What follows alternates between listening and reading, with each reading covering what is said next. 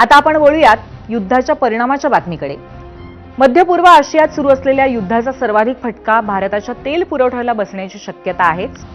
भारत दररोज सुमारे 85% अधिक तेलाची आयात करतो. त्यामुळे भारताच्या तेल पुरवठ्याबाबत चिंता व्यक्त केली जाते अगदी सातत्याने.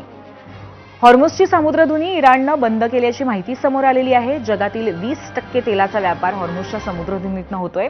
दुसरीकडे सौदी अरेबिया आणि कतारनं त्यांच्या देशातील ऑइल रिफायनरीज बंद केल्या आहेत. इराणच्या हल्ल्यामध्ये रिफायनरीचं नुकसान होण्याच्या भीतीतनं त्यांनी हा निर्णय घेतलेला आहे. सौदीतल्या आरामको रिफायनरीच्या काही भागांना कालच ड्रोन हल्ल्यामुळे आग लागली होती. त्यानंतर असा निर्णय घेण्यात आला. यातच इराणने सौदीच्या सर्वात मोठ्या रास तनुरा तेल रिफायनरीवरती ड्रोन हल्ला केला होता. आता तिथल्या नुकसानीचे सॅटेलाइट फोटोज सुद्धा जारी करण्यात आले. कारखान्याचं फारसं नुकसान झालं नाही असा कंपनीचा आधी दावा होता. मात्र उपग्रहाने घेतलेल्या फोटोमध्ये नुकसान अगदी स्पष्ट दिसतंय आणि त्यामुळेच हल्ल्यानंतर हा कारखाना तुर्तास बंद ठेवण्यात आलाय. आणि आता याच अनुषंगाने आजच्या आपल्या प्रश्नावरती सर्वसामान्यांच्या प्रतिक्रिया पाहूयात मीडिया सेंटरला.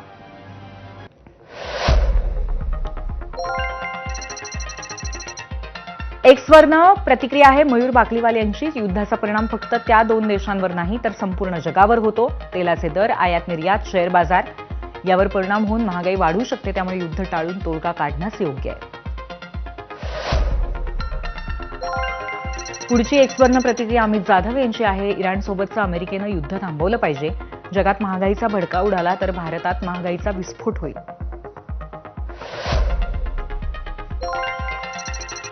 आणखीन एक पुढची प्रतिक्रिया इम्रान खान यांची आहे. खाद्यतेल आतापासून 2 रुपयांनी महागलंय. अजून किती वाढेल माहीत नाही.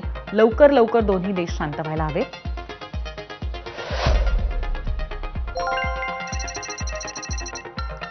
सोपान सपकाळ म्हणतायत पहिले टॅरिफ लावला, आता जगावरती युद्ध लादलं. ट्रम्प स्वतःला हिटलर समजतोय. आधीच केंद्र सरकार चुकीच्या आर्थिक धोरणामुळे महागाईमुळे झाली आहे. त्यात दुष्काळात 13 महिना म्हणजे या युद्धामुळेच महागाईचा भडका उडेल हे मात्र नक्की.